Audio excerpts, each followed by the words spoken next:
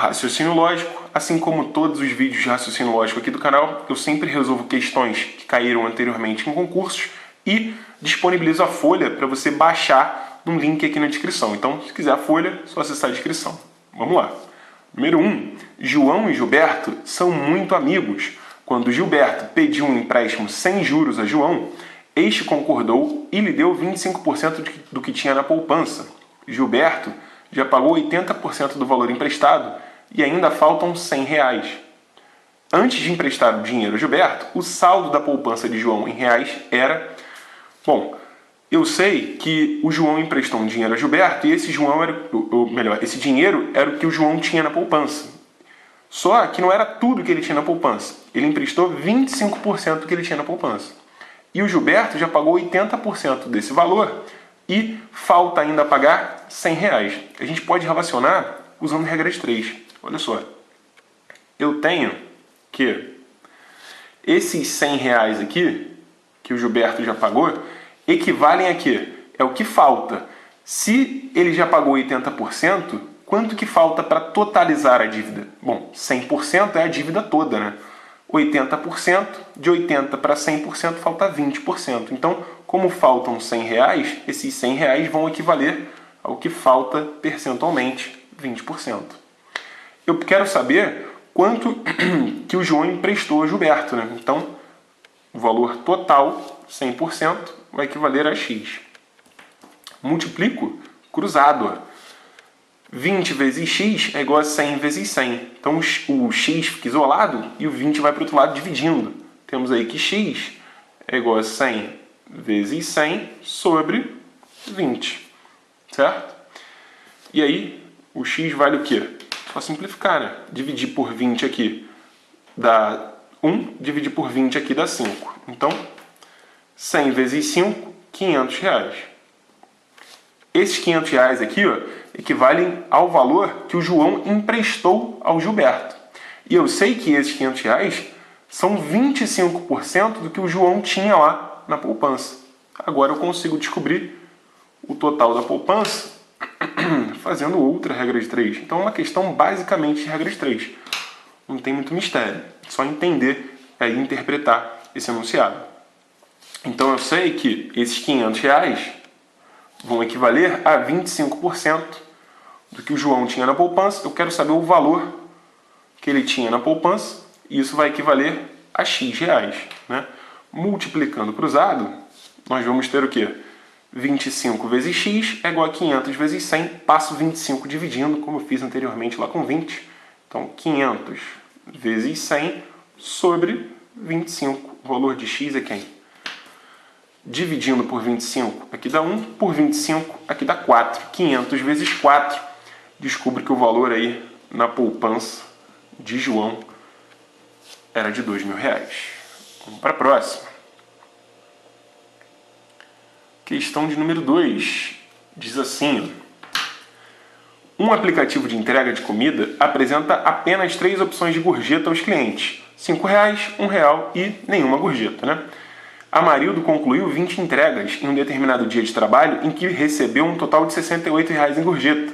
Sabendo que em apenas 4 dessas entregas não recebeu gorjeta, o número de entregas em que recebeu R$1 de gorjeta nesse dia foi...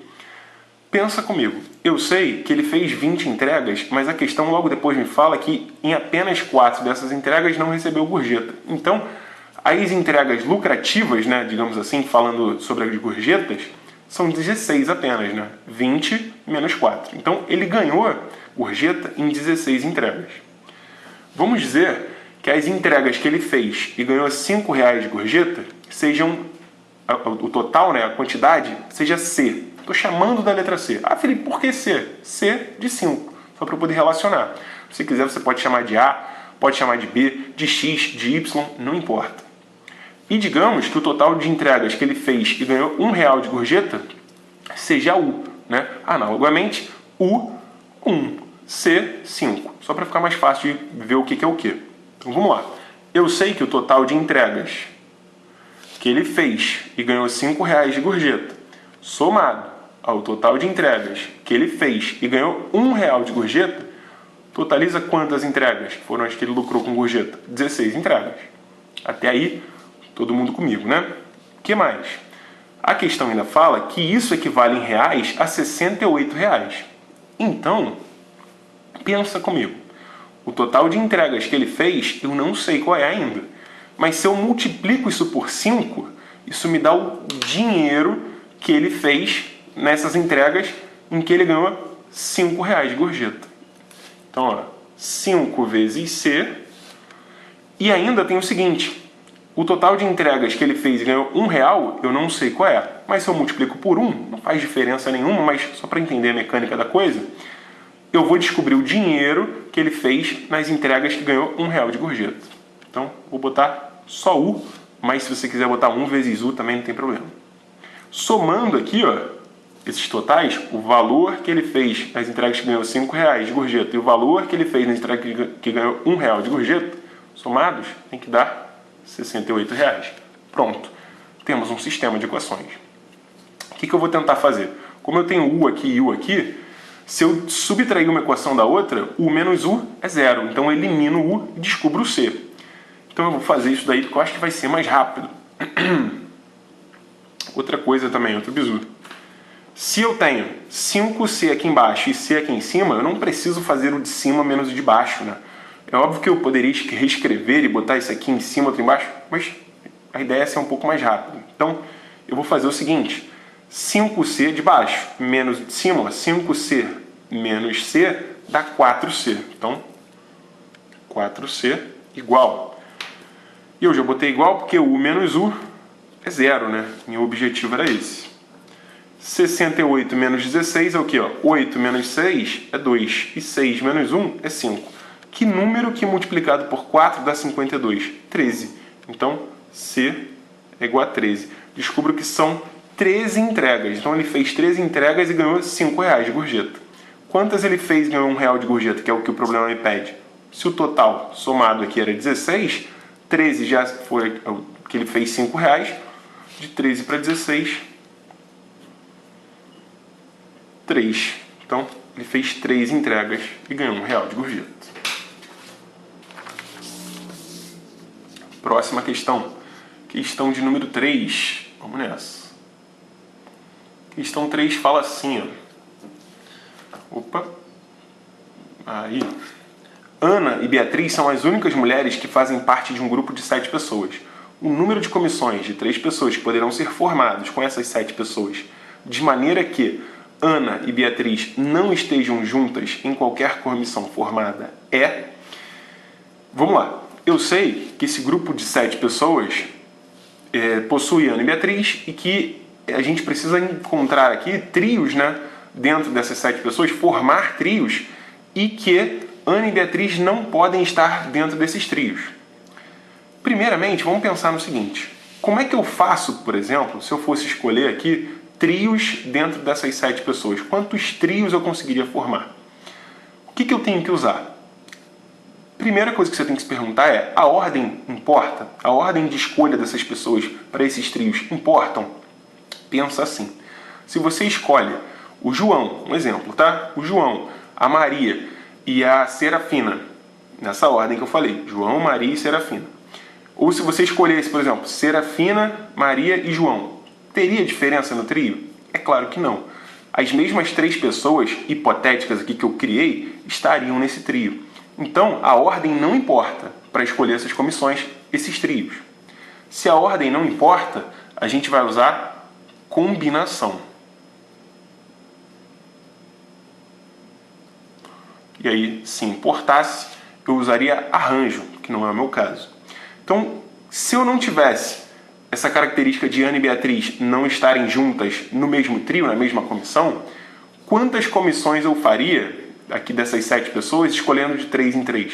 Eu vou usar combinação para poder descobrir isso daí. Olha só, combinação de 7 pessoas tomadas 3 a 3, que vai dar o quê? 7 fatorial dividido por 3 fatorial. Só isso? Claro que não. 7 menos 3 é 4. Então aqui embaixo eu coloco também vezes 4 fatorial. Agora, 7 fatorial eu posso abrir até chegar a 4 fatorial para poder cortar, bem mais fácil. E resolvo 3 daqui a pouco. Então, 7 fatorial é 7 vezes 6 vezes 5 vezes 4 fatorial, parei aí, sobre 3 fatorial é 3 vezes 2 vezes 1, que não faz a menor diferença o 1 na multiplicação, né? Vezes o 4 fatorial, repetindo aqui. 4 fatorial embaixo, corto com o de cima, e 3 vezes 2 é 6, ó. Também tem lá em cima. Fico eu com 7 vezes 5. Olha que legal. Descubro que seriam 35 comissões, 35 trios, né? Que eu poderia fazer se eu não tivesse isso aí de a Ana e a Beatriz não poderem estar juntas. Falou? Mas elas não podem estar juntas. Tem que pensar nisso. Então pensa comigo, olha só. Vamos pensar na seguinte coisa que não pode acontecer. Elas não podem estar juntas. Então digamos que a Ana esteja aqui, numa das posições desse trio, a Beatriz esteja em outra posição desse trio. Então pensa comigo. Se a Ana está aqui, por exemplo, na primeira posição, eu tenho uma possibilidade para a primeira posição porque eu já coloquei a Ana. Se a Bia está aqui na segunda posição, tenho uma possibilidade para a segunda posição porque eu já coloquei a Bia. Para a terceira posição, quantas possibilidades nós teríamos? Ora, se são 7 pessoas e 2 das 7 já estão aqui, eu teria 5 possibilidades aqui para a terceira posição. Então, 5 possibilidades. Então, no caso de as 2 estarem juntas num trio, isso seria total de 5 trios, 5 possibilidades, 5 comissões. Muito tranquilo. Que a questão quer que elas não estejam juntas. Então eu posso fazer, ó, o total de comissões menos o total de comissões em que elas estão juntas. E aí eu vou descobrir em quantas comissões elas não estarão juntas. 30. Resposta na letra C. Vamos para a próxima? Questão de número 4 e última questão. Aí da folha. Que diz assim, ó. Uma camiseta autografada foi comprada por um e apenas um torcedor de um grupo de 5 amigos, Alberto, Breno, Carlos, Davi e Ernesto. Perguntados sobre quem comprou a camiseta, cada um deles respondeu. Então o Alberto disse, eu não comprei. O Breno, quem comprou foi o Carlos. O Carlos, foi Ernesto quem comprou. O Davi, Alberto disse a verdade. E o Ernesto, Breno mentiu.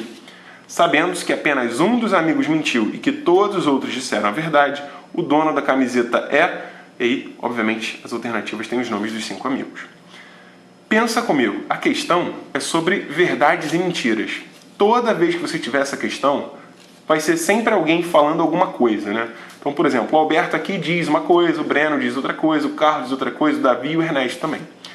O bizu, o macete, é sempre você ver se tem alguém acusando outra pessoa, ou de roubar, ou de ser mentiroso, ou de ter comprado, ou de ter quebrado alguma coisa, enfim, isso vai depender do texto da questão. Aqui, para o texto dessa questão, nós temos o Ernesto, perceba, falando que o Bruno mentiu, ou seja, o Ernesto está acusando, o Breno mentiu, né?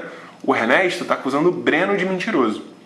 Eu sei que apenas um dos amigos mentiu e todos os outros disseram a verdade. Então, temos um mentiroso e 4 verdadeiros, não é isso? Por que é importante você perceber quando tem alguém acusando outra pessoa? Olha só, o Ernesto fala, Breno mentiu. Então, temos 2 possibilidades. Ou o Ernesto é verdadeiro, fala a verdade, e o Breno mentiu mesmo, e aí ele vai ser um mentiroso. Ou ainda, o Ernesto é um mentiroso, e quando ele diz que o Breno mentiu, isso seria uma mentira, então o Breno é o verdadeiro. Não me importa saber quem é o verdadeiro ou mentiroso num primeiro momento. Só me importa dizer que, com certeza, temos um verdadeiro e um mentiroso entre Breno e Ernesto. Isso significa o quê? Ora, se só um mentiu e todos os outros disseram a verdade, com certeza, sem sombra de dúvidas, ó, o Alberto é verdadeiro, o Carlos é verdadeiro e o Davi, adivinha, também é verdadeiro. Então vou ver o que eles disseram, porque eu sei que são verdades. Ó, o Alberto diz, falando a verdade, eu não comprei. O Carlos diz, falando a verdade, foi Ernesto quem comprou. E o Davi diz, falando a verdade, Alberto disse a verdade. Pronto. Eu já sei quem comprou, que a questão pergunta, né? Quem é que comprou, quem é o dono da camisa? Aqui, ó. O Carlos diz, falando a verdade, que foi o Ernesto. Pronto. O dono é o Ernesto, letra B. Pensou diferente ou não entendeu em qualquer uma dessas questões? Fala comigo nos comentários. Não se esqueça de dar aquele joinha maravilhoso, se inscrever se não for inscrito e compartilhar esse vídeo com geral. Até o próximo, abração, fica com Deus.